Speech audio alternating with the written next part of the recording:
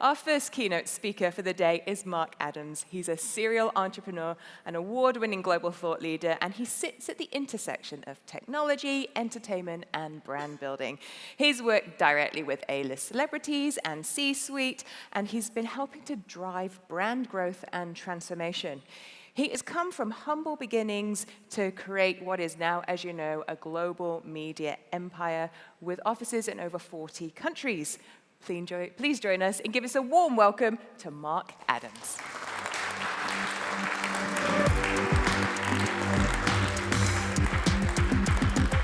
Hi. Can you hear me okay? Yes, amazing. Right. I'm exhausted because I just came off a 16-hour flight where I did that thing where I said I would sleep and then I just drank way too much. So I would say that you're about to witness probably me being cancelled. This is literally the end of my career right now. So I'm glad you could join me for it. So look, there's so much I want to get through. The most important thing, first of all, to say is like, I've wanted to come here for so long. I'm like the biggest fan of New Zealand in every possible way, from rugby to the fact I'm obsessed with drum and bass, and you guys are also the only niche lunatics that love drum and bass as well. So I'm so happy to be here, and I love the fact I've already got a little network of people here. So let's get into it. Who cares about me? It's about you guys. Turn to the people next to you. I'll come and annoy you, sir. Tell the people around you, who are you when you are not at work? Because we are not at work today, okay? And all I'll ask is, please, for the love of God, don't pitch your startup idea, okay? Please. Who are you when you are not at work? Go for it. 1 minute. Let's go. Okay, guys. Okay. Sorry, guys. Can we just make an observation? That's not an easy conversation to stop, right? Once you start going down that rabbit hole, like my new friends over here, we were like, what kind of success literature? Like this kind of spiritual stuff? Or human beings are into some weird shit. And that's going to come back later in what we're talking about, because I think there's a massive opportunity in business there. I don't think we take that seriously enough. Here's the problem. This is brand relevance over the past period, right? It's going down, precipitously down. And the question is why? And my humble contention is this. More and more of human time is being spent in places where you cannot buy an ad, right? I found out the other day, Netflix spent 16.8 billion on content this year. The UK spent 11.6 billion on defense, right? That's the war for attention that we are in. Because all human time is being sucked behind a paywall where for $7.99 a month, I can have all of these platforms that are all competing with each other, spending billions to get the biggest A-list actors and the best writers in the world to suck all their time and attention out of our system. And so this wall, that I call the Great Wall of Culture, is moving ever further across into the space that used to be ad space. It used to be a place where you could buy ads and you could pay to get attention. So we really have to face up to this. Now, one of my first client meetings was with this lady here, Madonna. And I'd written this whole playbook for her about how to be digital, basically. And long story short, she was not interested. And I had a message from Troy Carter, who was Lady Gaga's manager, saying, Gaga wants to have a chat. Can you come to New York? So we went, sat in a room. She was super attentive. Troy was super attentive. We just said, your equities are kind of similar to Madonna's, actually, but you're like a younger version. We're going to tweak it, but we're basically going to take the playbook we wrote for another brand and give it to you, because that brand doesn't want it. And I'm not saying that Madonna didn't exist in culture after she ignored me, but I am.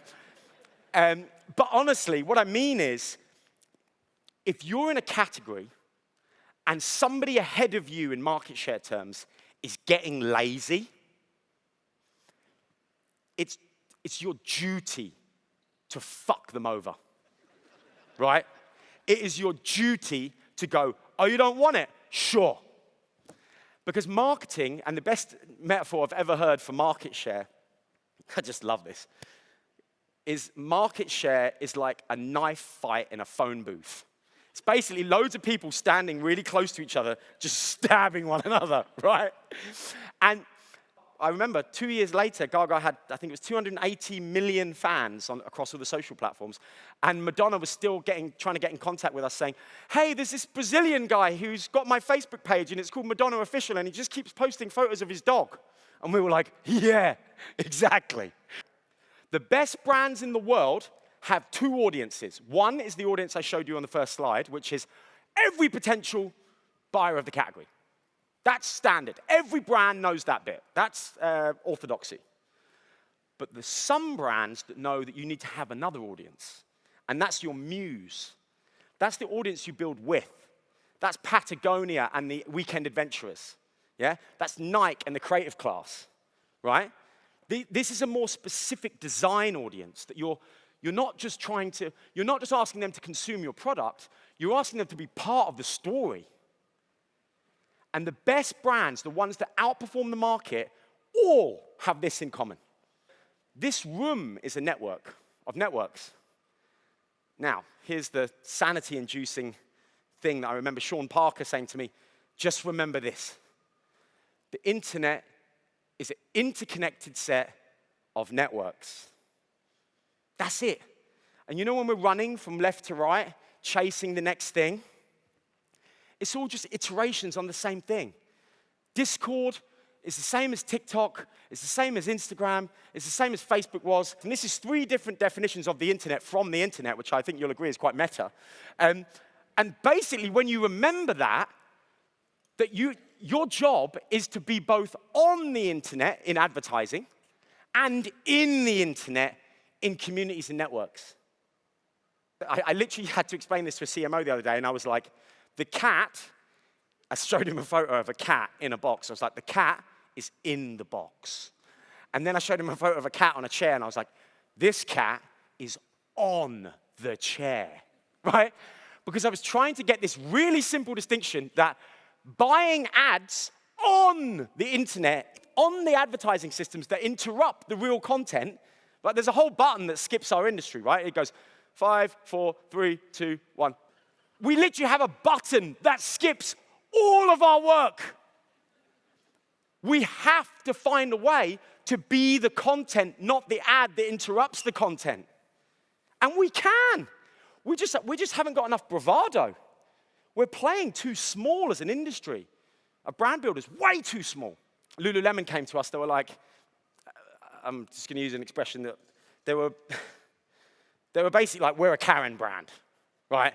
They were like, we are in serious danger of becoming this upper middle class lady who's like, Lululemon, right?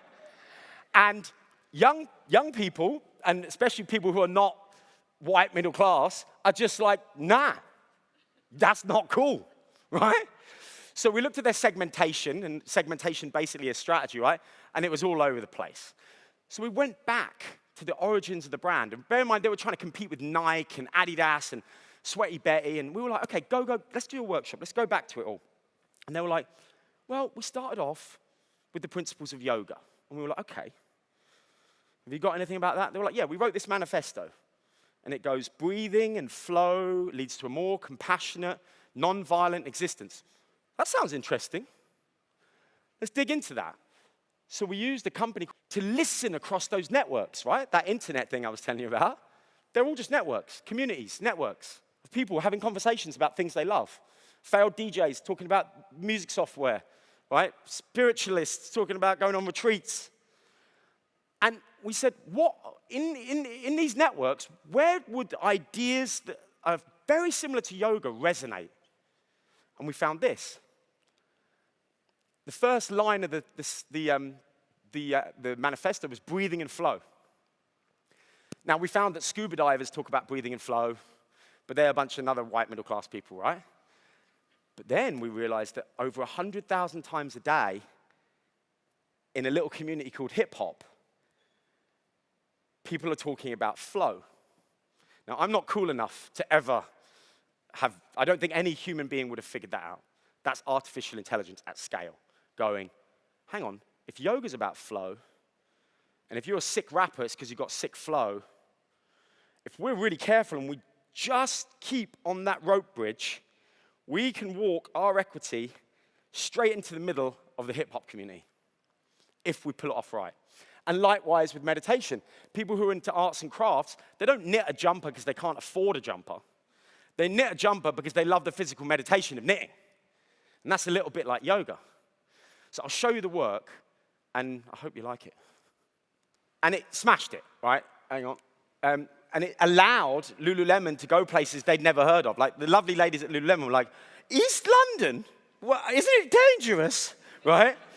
And we could take them there and show them that there was a whole load of market share they were leaving on the table.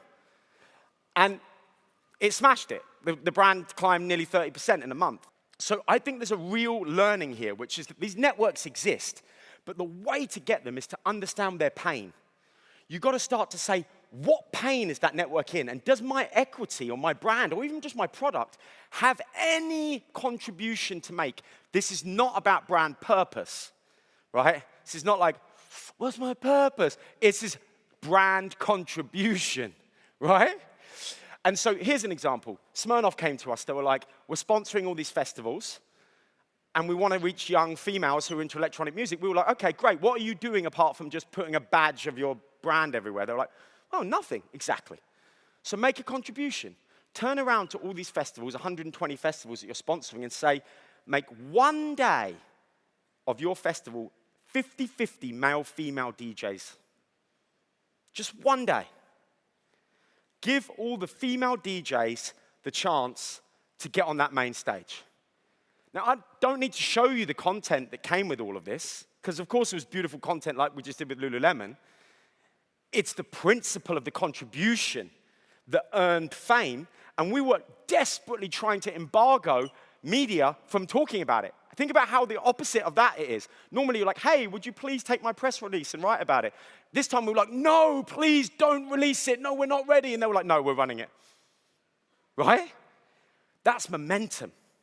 So long story short, that started this massive chain reaction. Loads of festivals started doing exactly the same because of a brand. And then the final thing we did was use Spotify and say that we integrated with Spotify and said you could download a plugin that would 50-50 every single playlist, male-female, so that these electronic producers, the female electronic producers, could get heard more.